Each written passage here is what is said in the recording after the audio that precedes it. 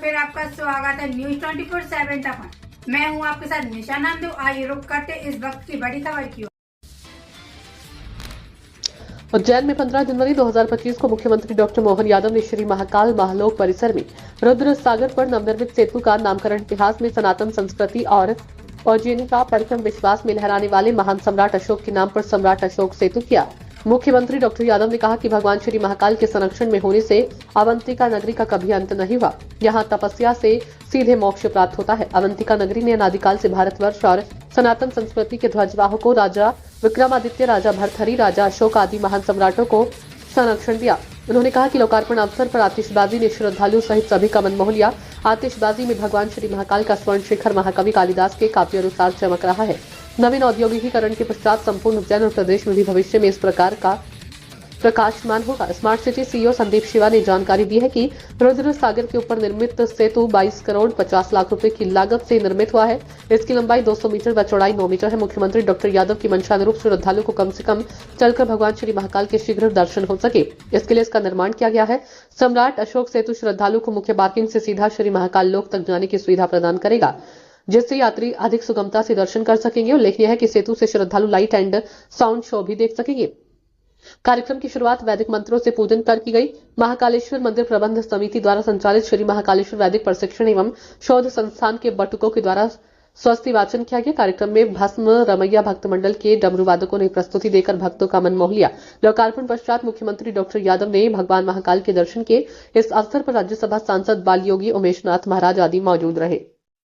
ये इस बात का आनंद है जब हम विक्रमादित्य से वो काल जोड़ रहे हैं, राजा सूरसेन यादव से, तो हमने कहा कि ये जो होटल के कक्ष बनेंगे इनके नाम भी उनके साथ जोड़े जाए। इसलिए ऐसा लगता है अशोक के नाम पर अभी उज्जैन में कुछ नहीं है, तो ये मुझे लगता है बाबा महाकाल के सेतु का नाम सम्राट अशोक पे करना चाहिए, ताकि इस माध्यम से ये इतिहास भी जाए कि हाँ अशोक उज्जैन से आए थे। आपको ध्यान होगा जो हमने महाराज ये जो अपना महामृत्युंजय द्वार बनाया, उसमें उज्जैन के सारे गौरवशाली इतिहास को प्रतिमाओं के माध्यम से बताने का प्रयास किया कि सारे इतिहास केवल कागज पे लिखने से पर्याप्त नहीं होता है, इतिहास को प्रतिमाओं के अंकन से भी बताना चाहिए।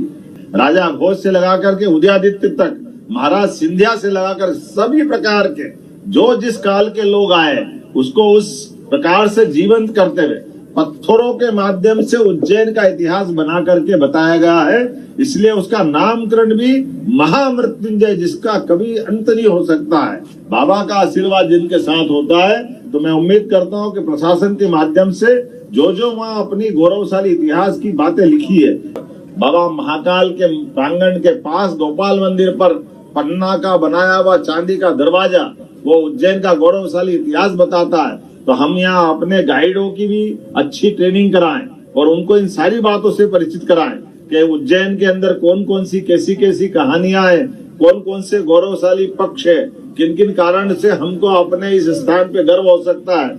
और केवल उज्जैन नहीं, अपने प्रदेश के अंदर। और अब तो समय कैसा बदल गया है, बाबा महाकाल की दया से अब समय बदल रहा है पूरे प्रदेश का।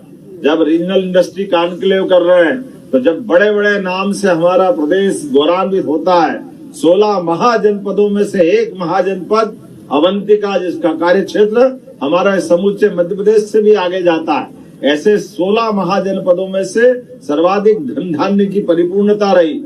इसलिए माल जहाँ है उसको मालवा कहते हैं। ये अतीत के काल का गौरवशाली पक्ष है। वर्तमान के मध्य प्रदेश के अंदर यशस्वी प्रधानमंत्री के माध्यम से रीजनल इंडस्ट्री कॉन्क्लेव करते करते जिस प्रकार से उद्योग व्यापार व्यवसाय के बिना समृद्धि नहीं आती, ये अच्छी बात है। हमारे मेहनत के किसानों ने खेती से, बागवानी से, हॉर्टिकल्चर से अपनी बहुत अच्छी उन्नति की है और सरकार के माध्यम से सिंचाई के संसाधन देते हुए बिजली, पानी, सड़क सब प्रकार की अनुकूलता है। तो आने वाले समय में ये और आगे बढ़ना चाहिए।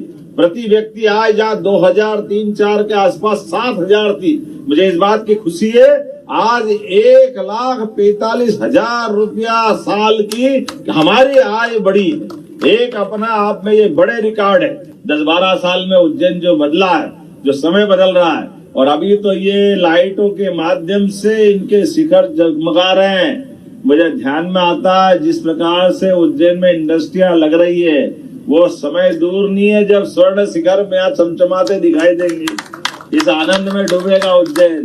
तो बाबा महाकाल की कृपा से आने वाले समय में इस प्रकार के विकास के सिलसिलों में पूरे प्रदेश में सौगातें मिलती रहेगी।